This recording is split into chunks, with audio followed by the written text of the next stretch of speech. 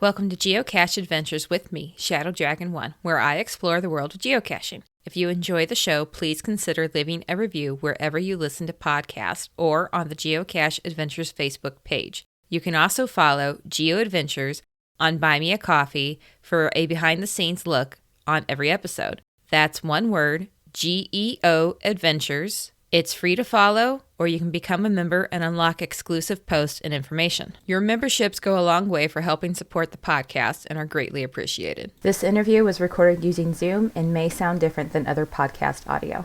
Hello, everybody. It's Amy Shadow Dragon 1 here, and with me today is fellow geocacher Rich Cunningham. Rich, thank you so much for joining us. Oh, it's a pleasure to be here. I'm always glad to talk geocaching. Well, for starters, can you tell us what is your geocaching name? My geocaching name is GratefulCacher, all lowercase. It's the second one I had. The first one I started out with was just the first part of my email address. And then as I got to know other cachers, and you got to get a more original name. So I switched over to that. And like everything else, there's always a story behind it. So I've been a fan of the Grateful Dead for more years than I'd care to remember. And one of the things that attracted me to geocaching was the camaraderie, the lack of judgment. You know, you just get a bunch of caches together from all socio-economic strata, and we're just having fun, you know, and they can have fun their own way. You know, find one cache, find a dozen, whatever. And that reminded me a lot of the same people that hang around with the Grateful Dead. Okay. Deadheads. So, you know, I thought it was, you know, using my email address was kind of, So I talked to a friend of mine. His name is Long Trails. That's his caching name, because he's hiked the Appalachian Trail, the Pacific Crest, Wow. kinds of stuff. So that's where his name came from. So I kind of thought, well, how could I morph some of my interests into geocaching? So I thought, well, Grateful Dead, Grateful Cat, you know, I just kind of morphed from there. So, Nice. And I am a grateful cacher. I'm grateful for all the caches that are out there. So we're all very grateful for caches out there. Otherwise, what would we do in our spare time? I don't know. I got all these GPSs over here that I probably wouldn't know. So that's kind of how my name came about. It was, you know, and as we get further into the discussion, you'll see how it kind of became an obsession almost. So what are your current stats? I always find, I'm an engineer, and stats and charts, and I just always find interesting. So I love asking people what your stats are. Well, for number of finds, let me just click. I just had that page open.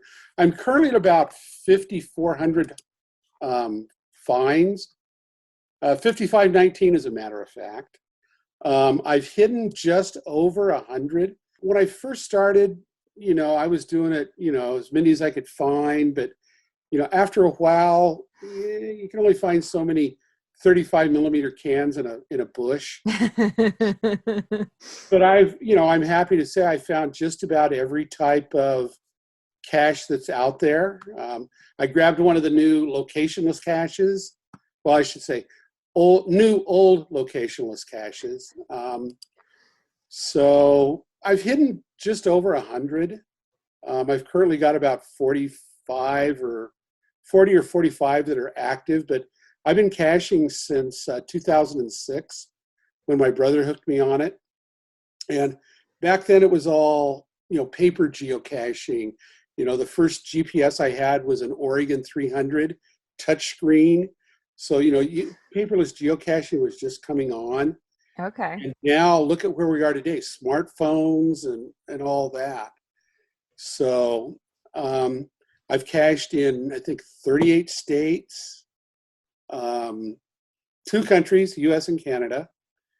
I found, one of my accomplishments, I found 4 of the 5 May 2000 caches that are still active in the US. Wow. Got to get that trip to New York in there to get that one. I've done the Jasmer, I've done the Fizzy. Best day of caching was 76 caches in one day. So, you know, we've got a pretty active group here I'm from Portland, Oregon. We've got a pretty active group here that, you know, we have meetings once a month. Well, before this all happened, Yeah. we'd have active meetings once a month. We're getting together on weekends or just going out. So there's a real good core group of people. I'd say probably between 25, 30, at times 40 people at a meeting. That's pretty good. So, you know, and there's another group in Southern Oregon that is just as active. So it's not just the Portland area, but we've got cachers all over the state. So I guess, you know, when you're 10 miles from the birth of geocaching, there should be a few of you around there. So it's just been it's been a way to get up and get out and lose a few pounds, and I'm not always successful with that, but you know, so that's kind of my numbers. But you said your brother got you started into caching? Yeah, my brother lives in Southern Oregon. He came up one for my birthday about 15 years ago. Said, "Hey, you got to see this thing." So it's geocaching. Okay, what's a geocache? And he sat there and he tried to explain it to me. We looked at it on the map. Okay, so how do you go out and you find it? Well, you got to get a GPS. You know. Okay. So it really didn't, you know, I mean, I can understand the geekiness in it and the treasure hunting aspect, but, you know, I was married at the time and my wife really wasn't kind of into that kind of stuff. So it was fun. Then a couple years later, I got divorced, and then I really got into it. He came up for dinner one time. He said, "Hey, we're going to go find this geocache." And it was right outside of a restaurant we were eating at. I said, "Oh, wow, hey, that's kind of fun. Let's go find another one." The next day I went down to REI and bought a Garmin 300 GPS. And I think now 10 GPSs later, so, you know, I've often compared it to, it's like crack cocaine. Not that I've ever done crack cocaine, make that out there, but it hooks you. And it hooks different people different ways. You know, for a while, I was on a consecutive day streak. I made it up to 409 days. Wow. Then you start looking for milestone caches. Yeah. And I found at that time, the only 8 cache that was left in the United States. It was my 1,000th cache on my 200th consecutive day, traipsing through, you know, no snow, but it was, you know, those are the kind of things you remember. So he had a few more caches than I did. It took me 5 or 6 years, but I finally got more than he did. Now it's a little bit of competition. So he lives in Southern Oregon. I live up in Portland, and occasionally we get together and have some fun. That's awesome. So you're with us today because you have something that's fairly unique. I mean, I think it's becoming slightly more common. Yeah. But you are technically a human trackable because you have a trackable tattoo. That's me. Yeah, I'm for discovery only. If you grab me, you got to feed me. You got to, you know, make sure I've got a place to sit. I throw that out there right at the beginning. You know, you never can tell what happens. And in the past, people have grabbed it. You know, they have grabbed it from where I was. You know, usually I'll share it at an event or something. But, you know, yeah, it was, and that's kind of what morphed into from my name, you know, GratefulCacher. And I kept thinking, is there a way that I can kind of bring this about? You know, is there a way I can combine the two of them more? So, you know, I don't know how familiar people are, or your listeners are, with the Grateful Dead, but they have a symbol that is, they call it Steal Your Face. It's their iconic skull with a lightning cross in it. Well, just about anyone who's associated with the dead will take that skull and they'll insert their own logo in it. Like, you know, I've got a New York Yankees one on my car. It's got it. Sports teams do it. There's a lot of things. So that's one of the iconic things of them. So I'm thinking, how can I do this? So, I pull up the picture, and then I go to the geocaching website.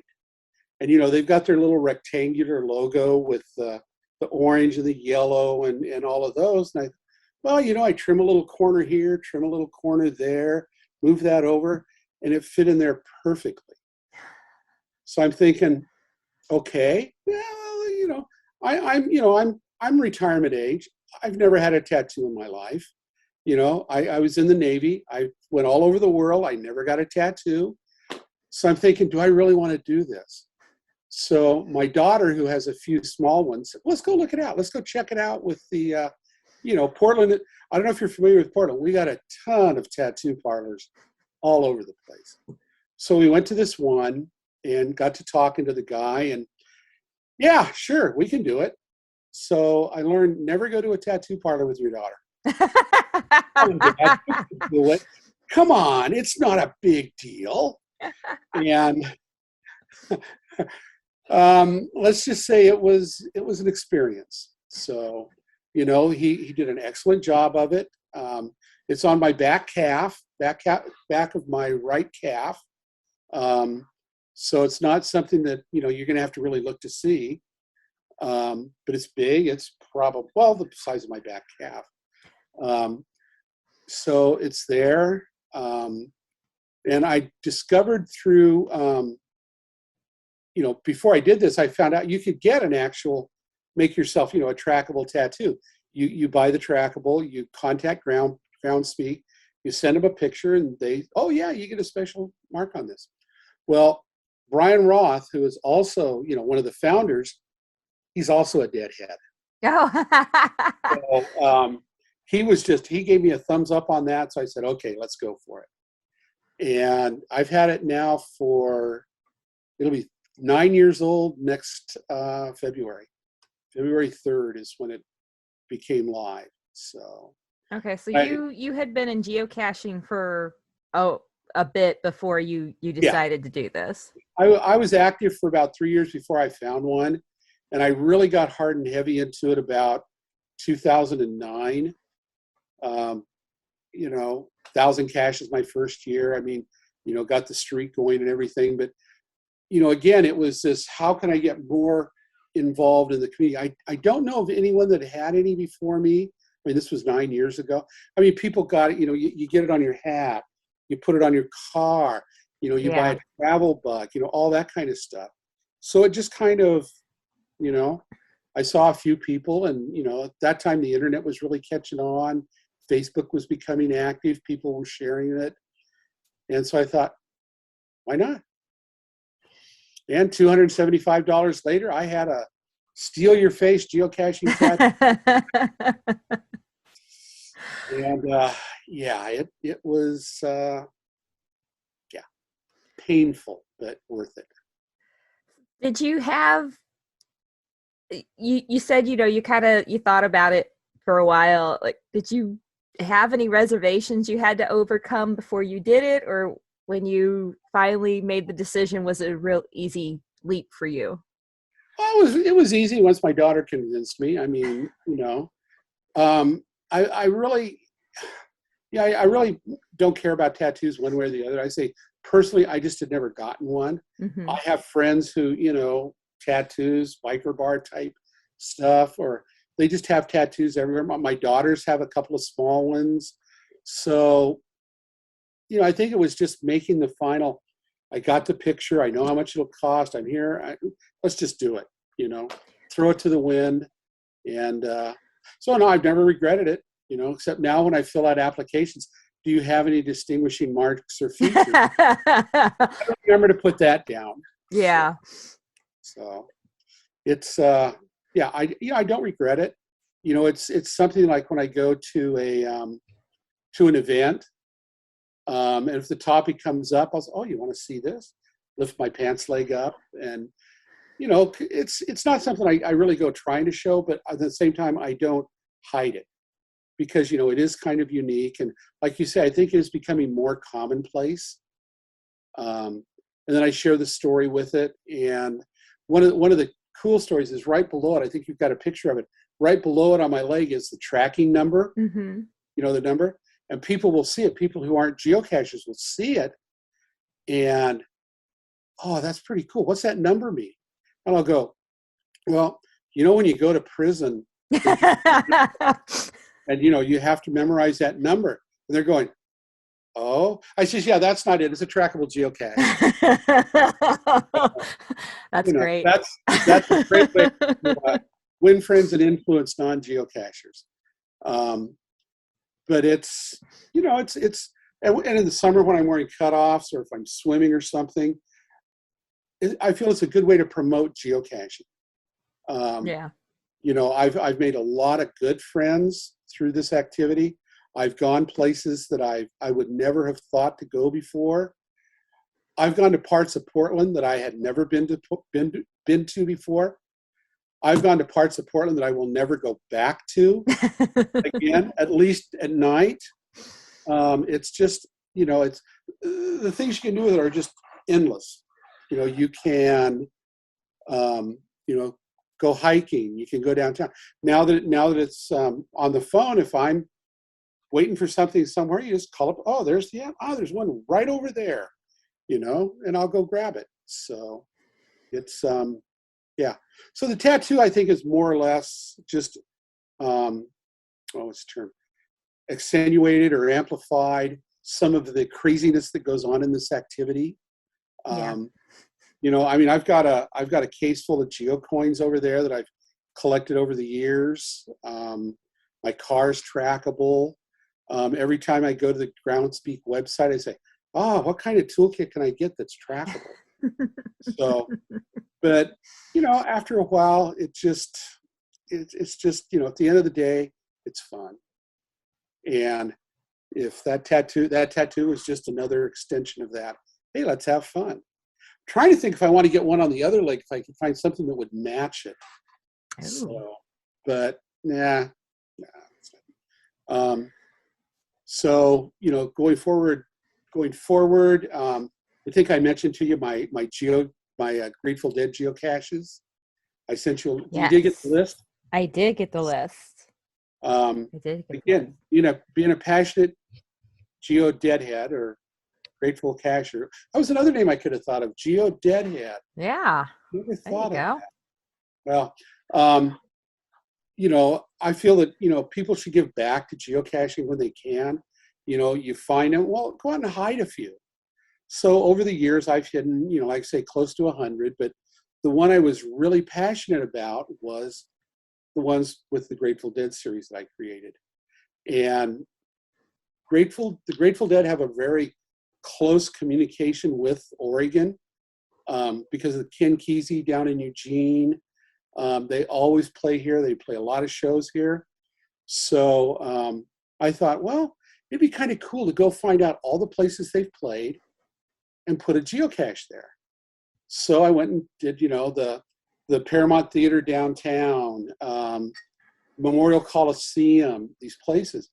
And I would find, I put a cache there, find the date that they played there, and then theme that particular cache around that date and that location. So I did it around the Portland area. There were, I think, 10 of them in the Portland area. It's a little surprising. I didn't realize they played that many different venues. But then I took it one step further, and I said, well, why stop at Portland? So I went and found every place they played in the state of Oregon, and I have an active geocache at every one of them. There's 18 of them. And the reviewers have been really good about letting me, kind of go far, far away. Because the farthest one is at Southern Oregon. It's like 250 miles away. But they get it. How do you get around that? Is it just because it's a series and for what it's doing, they were okay with it? Or do you have somebody in place to maintain it for you and that's why they're okay with it? Or well, I grew up in Southern Oregon and I'm looking to retire down there. So I do have connections. That's where my brother lives. So, worst case, I could tell him to go take care of it. But I only have one down there. There's one in Ashland, Oregon, 6 around Eugene, 1 in Corvallis. So they're all within a day's drive. But, I'm a firm believer that, that's not just my commitment to geocaching, but furthering the deadhead philosophy of, let's have some fun. And I'm surprised at just how many Grateful Dead fans really do geocache. And you can see it in the logs. So, the reviewers were working with me. They said, well, let's try it. And I put one out, and, they saw, oh, if it needs maintenance, I go take care of it. So I go to Southern Oregon probably, once or twice a month. So I'm driving by all of them. But if one needs attention, I'll disable it, and I'm usually down there within a week or so. Okay. But so that's my one big series. And if when I retire and maybe move away, I think I have someone who will take care of the ones in Portland. I haven't talked to him yet. Another deadhead. So, that's one of the things I feel is that's one of my ways of giving back to the community. And I don't know how many active caches how many caches are in Missouri? I'm just kind of curious. I'm going to be honest, I don't know the total. Yeah. Well, we looked in Oregon just recently, and I think we're close to 10,000 for the state. Wow. And Washington, I think, has a little bit more. So there's always something to go and do. The types of caches I put out they're all traditional. Well, there are two multis because, darn it, somebody already had a cache where I wanted to put one. Oh. So I direct people to that location, get the information, give them the coordinates to go find it. Okay. That's how I worked around that. So you said they were all themed around like the venue and the date. So are these all like unique containers? No. Or how did you do that? No, they're all pretty much, standard, key holders. I have a few nanos.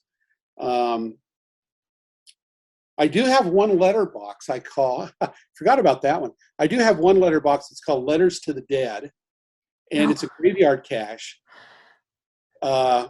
Letterbox cache out in a old pioneer cemetery. I forgot all about that one. Oh, wow. It's just, it was so iconic. It's a cemetery without a cache. Slam a ammo can in there, make it a letterbox hybrid. And, Letters to the Dead, it just kind of, morphed from that. So, but no, I use pretty much standard containers, the little screw-off nanos or key holders are the best ones because some of them are urban, like in town. And you got to kind of be you don't want to go putting something big on the bottom of an electrical box or something. Right. And street signs are a few of them. So, I just try to be cognizant of where I'm placing it so that it doesn't jump out. So do the cache description pages talk about how it ties back to the Grateful Dead then? I think the first quote is from Jerry Garcia. It says, "Our fans are people who like licorice. Not everyone likes licorice, but people who like licorice really like licorice." So, and I always have an introduction. I explain the purpose, and I give a little history of that particular location. And I always tag the title of it is a song that they played there that night. Oh. And then I go to the either YouTube or the Internet Archive and make it the extra page at the top. So if someone wants to, they can click a link to it and they'll hear that song or something from that particular show. So that's neat. The Dead played almost 3,200 concerts in their career, and it's estimated that about 2,900 of those are on audio of some form or another. Wow. Because they allowed people to record their shows. They would have a section set aside at the concert for the taper section. And people would show up with their really nice reel-to-reel or tape players and microphones. And so that made it easy to tie the venue and tie the song to it. And it was kind of like a labor of love. That's awesome. So I do have a question about when you got the tattoo. Did you give this design to the tattoo artist and they ask you what the heck these letters and numbers are, or did they just whatever you want and go with it? Did they have any idea what geocaching was, or? They did after I got done. We went in and talked to them, and I explained, what I wanted. I had it pretty much the size I wanted. So the guy took it and he laid it on my leg and took a copy of it. I mean, people that are tattoo artists are incredible artists. I mean, some of the designs are very good. Mine is very basic. It's circles, it's lines, and it's colors. There's no random colors or anything. I think the hardest thing would probably be getting the teeth in the skull, but they did a great job with it. It hurt, but you go through the pain. The biggest problem I had was, he finishes it and we're looking at it, and the geocaching logo, it's got the red, green, yellow, and red, those colors. And I said, well, when are we going to be able to add those little black things in there? He goes, oh, you wanted those in there too? Yeah, that was what this whole drawing was. Well, they took care of it. After a couple of weeks, the pigments had to do whatever it is they do. It had to heal. And then I went back in, and then they filled it in. So okay. But I was a little. I went through all this, and you're not going to make it look like that picture. It did hurt a little bit. If you go to the Trackable page, I've got some pictures of them doing it. I look at those pictures today and I kind of go, ooh.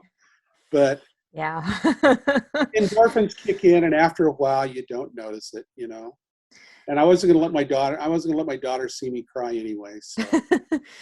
How many hours did that take? Because to do all that fill in, I imagine it took quite a bit of time. I think the first time maybe 2.5 hours.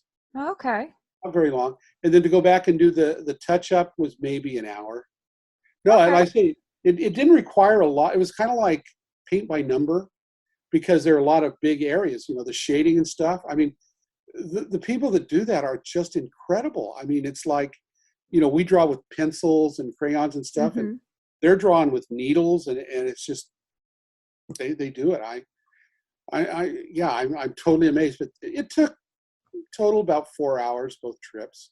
That's not bad. I mean, it's a decent size, and for as much color I would just imagine it takes a bit of time, a little longer than going over a piece of paper with a pencil and getting every area shaded correctly. And that was just it. The colors, the primary colors were solid. There was no shading in those. Right. I sent you a picture of it. I probably should have greased it up or oiled it up a little bit, because my leg was kind of dry. Well, when you put oil or lotion on it, it tends to make the colors pop out a little bit. Oh. But I never see it, so it's there. So not going anywhere. So it was an experience. I don't regret doing it. Would I do it again? Probably. If I took my daughter down, we'll see. But she was a good kid about it. She says, "Dad, you just got to do it. Suck it up, Dad." Okay. So. Do you have any advice for anybody that might be thinking about getting a trackable tattoo? Only advice I would give them is make sure that whatever you get, it's going to be on your body for a long time. Because, with me, it's a reflection. It's my philosophy. It's, it's something I believe in.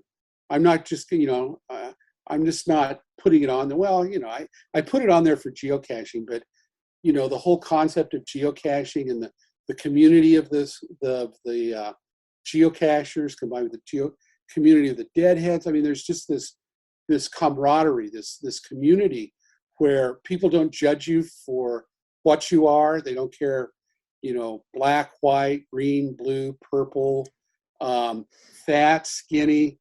One of our group is like a mega realtor who's, big bucks. And we've got a few people that are, living hand to mouth, but it doesn't matter when we're together, everybody's equal. you respect people for what they are and what they do in the geocaching community. And that's, that's fun. That's great. Too bad we can't do it everywhere, every day with everyone. But Yeah. that's just me, off my soapbox. Do you ever think about, like, what if something happens to geocaching and it's just not there anymore and you have this giant trackable tattoo on the back of your leg? Excuse me, I couldn't quite, what? Something happening to geocaching? I know, it's hard to imagine. No, not really. I mean, it's there. I thought about, like I said, when I was in the service, being overseas, I was young in my teens and 20s. I could have gotten a tattoo, and I know a lot of guys went out and got real elaborate tattoos and, stuff that, they probably regret these days. I didn't do that because, again, I didn't see anything that would make me want to permanently put on my body.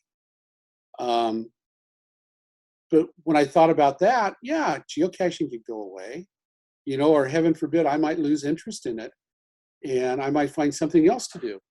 And in that case, well, it's there, it's a decision. I made it and I stand by it, and, it's there. It Now, is there. if geocaching goes away, well, I'm sure there's something else that we could come up with in its place. But if geocaching goes away, then I'll have to think of another line for that prison tattoo. Yeah. That maybe I'll say, well, yeah, I really wasn't. No. I don't. No, I guess you say I don't envision life without geocaching. When I started, I was doing it every day. Every day, I go out on the weekends and find caches, and I get texts in the middle of the night. Oh, hey, there's a find. Go out first to find. By the way, I have 181 first to find. That just popped into my mind. Wow. But I haven't had any for a while. And over the years, I have to admit, I still love it. I still love the activity, but I'm not as passionate, I think, about as going out all the time. I don't need that daily fix or that weekly fix. Now, when I travel, if I'm on the road somewhere, if I'm on vacation or I'm on business, yeah, I'll go out and find something. I tend to look for caches that are a little more challenging. I love where I goes. That's one of the reasons why one of the GPSs I have is my Oregon 550, because it has the actual Where I Go app on the GPS. Yeah. And then I also on my iPhone, there's the Groundspeak Where I Go app. So, I enjoy Where I Goes. Virtuals are fun.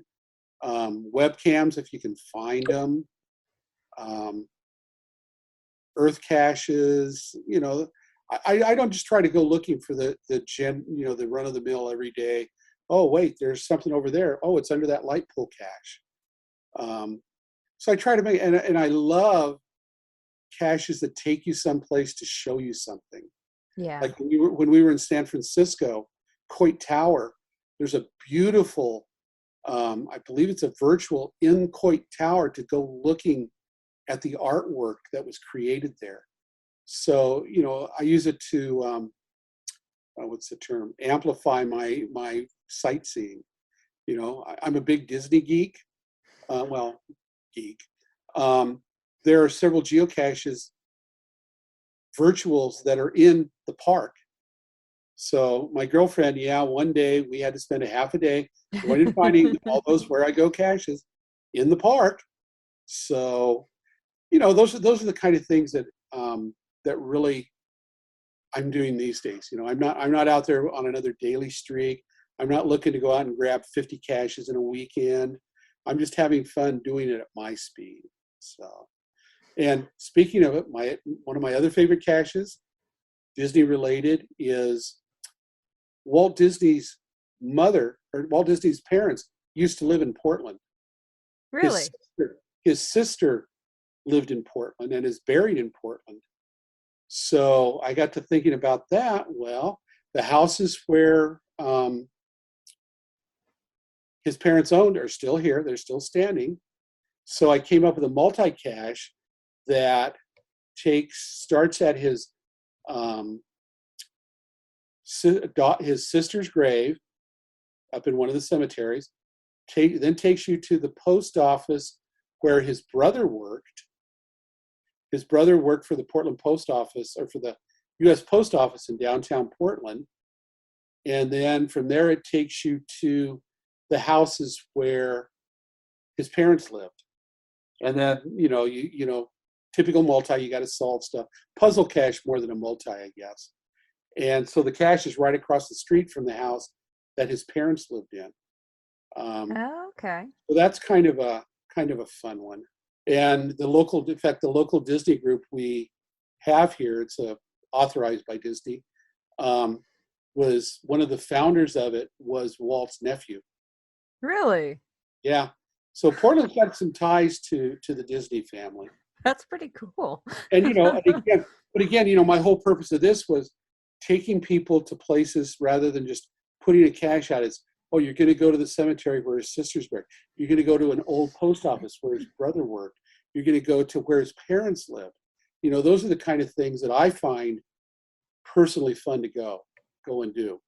I'm going to find a cache. Oh, there used to be something historical there, or something significant with the area that you're in. So I guess that's where I'm at right now with my geocaching.